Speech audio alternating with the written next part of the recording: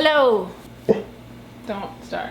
She was saying hi. This is a long-awaited video, so I'm not going to ramble, hopefully. But there is so much to cover with this topic, so bear with me. I'm going to answer some of the questions that you guys sent in from Instagram, Sunshine. But before we get into it, I think I just want to intro this out with just some basics of parasites. The key thing I just want you to know here with parasites, not all parasites are bad. Bacteria, in a sense, is a parasite, and the body has over 75 trillion bacteria. So it's not that all bacteria are bad. They are everywhere. You can get them from walking in the grass barefoot, to petting your dog, to touching a door handle. Some of them are so microscopic. It's not like you have to run from parasites your entire life and think that you're gonna eliminate all parasites and never have any parasites. That's not the goal when I'm talking about flushing parasites. I guess I should probably start though. What is a parasite, right? A parasite is an organism that feeds off of a weaker organism. That is the most simple way I can put it. I'm actually stealing this from Nomadic Juicer on Instagram. He just had a great metaphor, so I wanted to share it. And it's really simple. When you see a dead carcass on the side of the road, or anywhere you might have seen a dead carcass, maggots happen, flies happen. They are feeding off of that dead carcass. So think about when you eat dead carcasses and dead things like cheese and meat and all of these animal products that are dead. Something's gonna feed off of those. It's just no separation. To think that that's gonna happen outside of your body and not happen inside of your body, it's just a little ignorant. I'm here to tell you that the standard American diet, otherwise known as SAD, is thriving grounds for parasites. Parasites love sugar, they love starch, they love meat, they love cheese, they love all of these things that are literally toxic to the body. They feed off of toxicity and weaker organisms. I also should say, this might answer some of the questions that are coming up, but I think it's easier to look at the symptoms of parasites rather than, how did I get the parasite? Symptoms are very wide. Grinding your teeth in your sleep, that is one of the things that woke me up. No pun intended. But when I was realizing how much I was grinding my teeth in my sleep and doing some research on that, 110,000% parasite. Digestive issues, any type of constipation, irritable bowel syndrome, any type of digestive issues, definitely connected to a parasite. Skin rashes, eczema, acne, any type of skin dysfunction. This is your biggest organ. So your body and lymphatic system, God, I can't go down that rabbit hole, but they are trying to expel, and your body is constantly working to heal itself, especially with the way, again, most Americans eat. It's working triple time to heal itself. Any type of reproductive, sexual, menstrual issues. I had ovarian cysts, which is essentially just a parasite nest on my ovaries. That sounds disgusting, because it is. And really, never feeling full, constant cravings, anything like that is definitely a sign of parasites, because a really popular one that is very microscopic that a lot of people aren't really aware of is Candida. Candida definitely lives on a lot of people's tongues and mouths, and it is what breaks down sugars and starches. Most of us, because we overconsume those things, have an overgrowth of Candida. So you'll notice if you try to fast, or you're trying to break a habit of eating something, the craving is just intensified because you have an overgrowth of Candida in your mouth, and it's telling your brain that we want this thing, and it's a parasite. Statement I want to say here is the biggest parasite is an idea, and I stole that from It's Snowing. Wow. It's actually from Inception. Can I just insert the clip?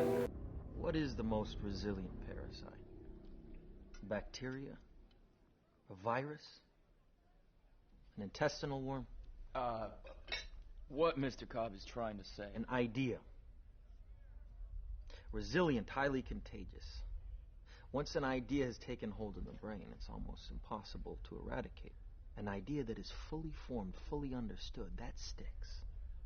Right in there somewhere. I also should say, before we get into these questions, I'm gonna have a plethora of information down below. So before we get into it, last thing I'll say, value of elimination. Most of y'all need to do an enema right now. If you're not familiar with what an enema is, it is essentially a colon cleanser.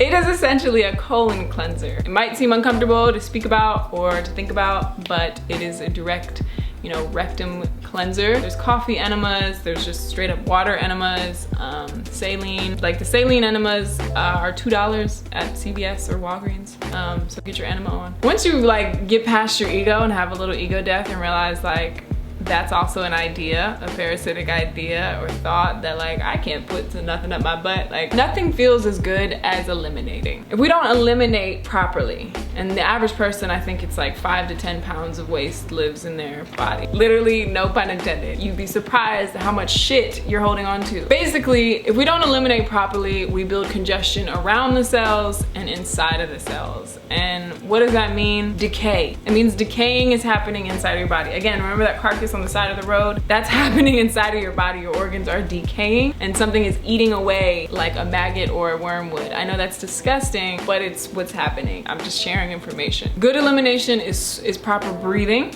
You knew I was gonna say that. 70% of where your toxins are removed from the body, it happens through breathing, not through the bathroom. Breathing. So when you have proper breathing, you have proper digestion, you have proper sweating, you have proper urination, all of it becomes more in a line. I'm gonna get into these questions. I just wanted to intro with that because there's just so much to say about this topic. I probably did leave out some things. There will probably be a part 2 to this, but yeah, let's just get into these questions. We're at my parents' house, in case you're wondering. Your thoughts on spiritual parasites aside from the physical ones in our bodies? This is a great question. I feel like it could be an entire video in itself. Essentially, parasites are like colonizers in the body, right? And there's all these like memes and jokes about colonizers in America. And to think that there's any separation.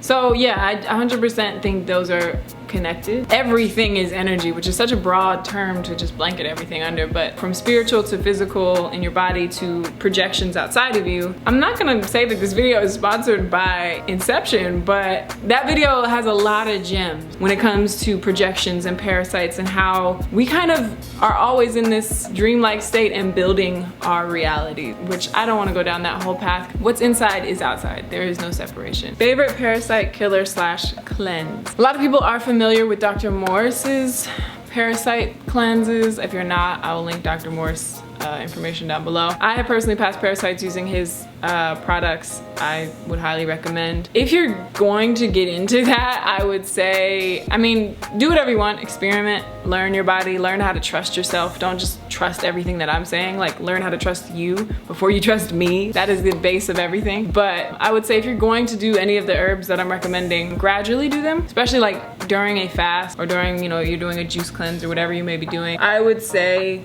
maybe a week into it, then start to take the parasite detoxifying herb. Just because parasites really thrive, again, on yeast, on starch, on sugar, on meat, on dead energy, decaying energy. You'll feel the food cravings, you'll feel them. Like, it's so parasitic when it happens. The downfall of many of my previous fasts, I can 100% admit, and plenty of my peers around me kind of just give in to the cravings and give in. But that's also why breathwork is so important with parasitic cleanses, because it aids in digestion completely and allows you to eliminate properly. Like, elimination really is also key when it comes to ridding parasites and, like, in a way, I guess, preventing them from hosting in the body, because a properly breathing body cannot host parasites. Fully breathing body where the whole entire being is aware and breathing cannot host those harmful parasites. But that's not what you asked. Favorite ones would be wormwood, black walnut, rhubarb root. Rhubarb root is definitely not an everyday herb. That is definitely a laxative. Cascara sagrada, also not an everyday herb, definitely a laxative. I think we have this fear of laxatives for some reason and pooping, which is so, like, backwards. Like, you would rather hold on to all that shit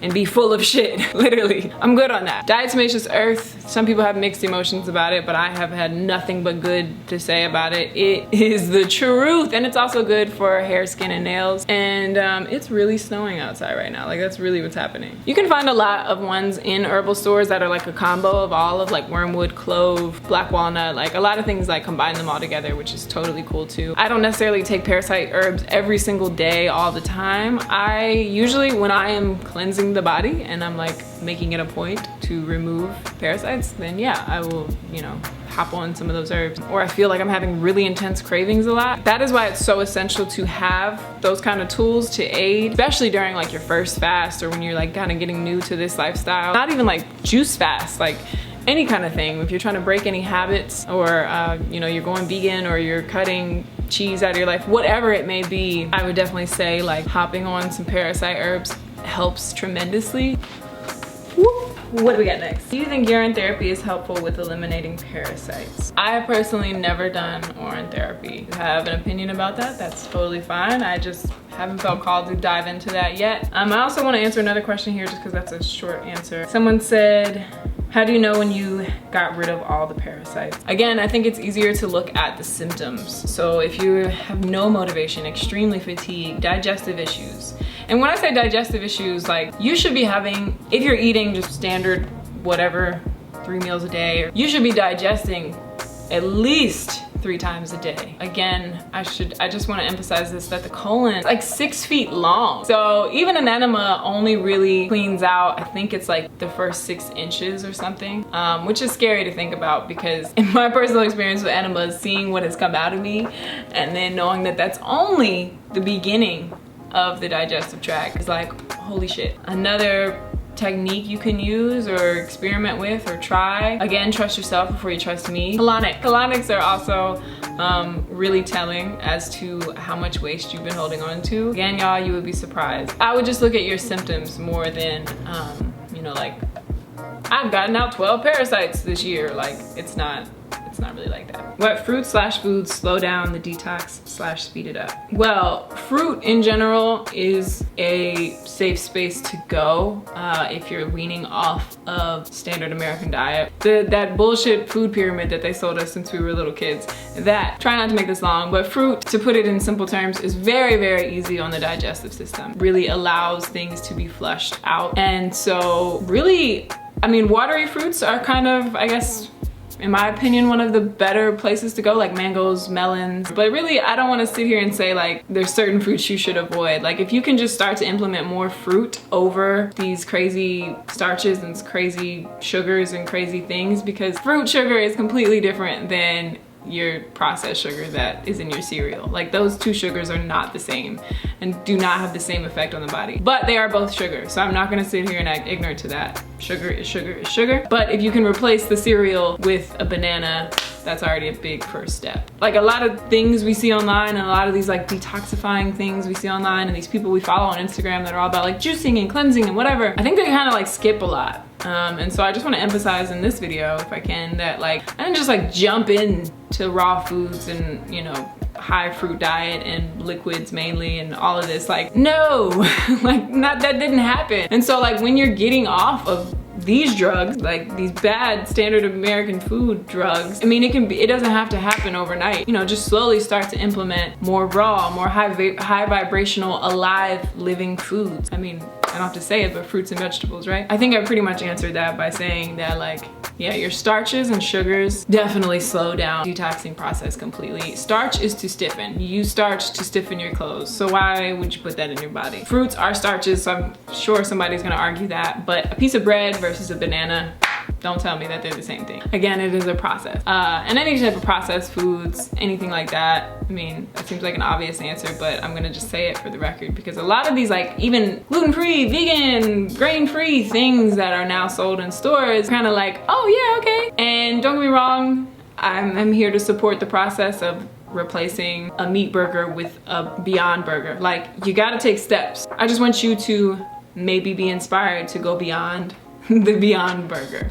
Ooh, in the kitchen, where all the magic happens. I've done fasting, raw vegan, UT, enemas, and never seen a worm. Well, my friends, parasites are not always worms. I think a lot of us think of like tapeworms and these like super scary parasites, which I want to say also, I have a video that I've shared like 1,000,000 times on Instagram and YouTube. It is really informational about how parasites live in the body, and that video kind of is on the scare tactic side of showing you like all these worms. People who have done 100-day juice cleanses and year-long juice cleanses and even sometimes like 30 to 60-day juice cleanses have had living worms come out of their body. Moving worms. Like the same worms that would feed on that carcass on the side of the road have come out of their body. So we get this idea of like, okay, that's what a parasite is. And that is a parasite, but again, there are so many microscopic parasites, guys. There's, I think it's called amoebias, flukes, candida, and they're so small they can't be seen by the naked eye. So you could be passing parasites like every day and not even realize it. It's so hard to answer questions like that, not knowing what you've been consuming and like how you've been fasting, and like I don't know all of what's been happening. In general, I would say that, again, look at the symptoms. Do you still have symptoms that show or are telling of parasites? Because that would be a sign. Like even arthritis, you know, because that's like parasitic in the tissue that is causing achiness and soreness. Bad breath is a sign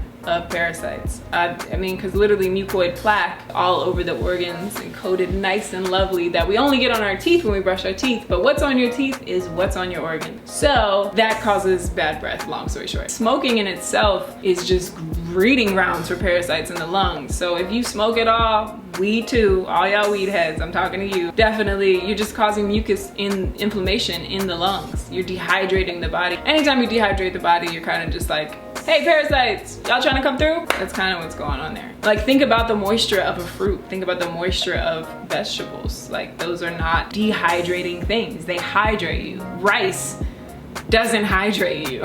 We're bouncing all around my house. Most of these questions were how to tell if you have one and why do we get them. And so, to like wrap up this video, yeah, I kind of already went over that, essentially from our consumption. But I should also mention radiation is a huge thing that we're exposed to all the time. From this little guy to the airport security that you should totally opt out of. If you don't opt out of the naked body scanners, you totally should. Man, that is one thing I wish would be more normalized. Opting out of the naked body scanner. It's like putting your body in a microwave. I think this whole video kind of makes it like, oh my God, I can't do anything without getting parasites. And in a way, in today's world, I'm not gonna sugarcoat it, it's very difficult to say that like you are immune to parasites 100% ever. Just because of the way that we live, as at least in America, in today's world, and with so much radiation in the air and Bluetooth and computers and phones and EMF, it's just stress on the body. It stresses the cells. It's this invisible stress. You know, that in itself kind of just weakens the immune system slightly. That's why 5G is so fucking deadly, but that's another video. All in all, when you weaken any part of the body, you are more susceptible to parasites. I think you just have to make it a point to know like what's feeding on you. I think a lot of times we're so hungry and we have all these cravings and we're like so curious about what we want to eat, but what's eating you? Hey Fox. You wanna talk about parasites? We're gonna wrap this up. I'm gonna share a little bit about my personal story with parasites. My quick little story with parasites, I get a lot of questions about like how many I've passed and what does it feel like. Plot twist! You gotta be a member of my Patreon. I'm sorry, my patrons know what it is. I love y'all over there. Thank you guys so much for your support. But to hear about my personal journey with parasites, you gotta head over there. That is where all my exclusive content lives, like my podcast, Fancast, which I just released, which I'm really excited about. I have my favorite juices over there, my juice recipes, writing prompts that I like to do for journaling. A plethora of things live over there. Breathwork exercises live over there. If you feel called to, head over to my Patreon. Support your girl. And yeah, that's all I got for this video. I will see you in the next one.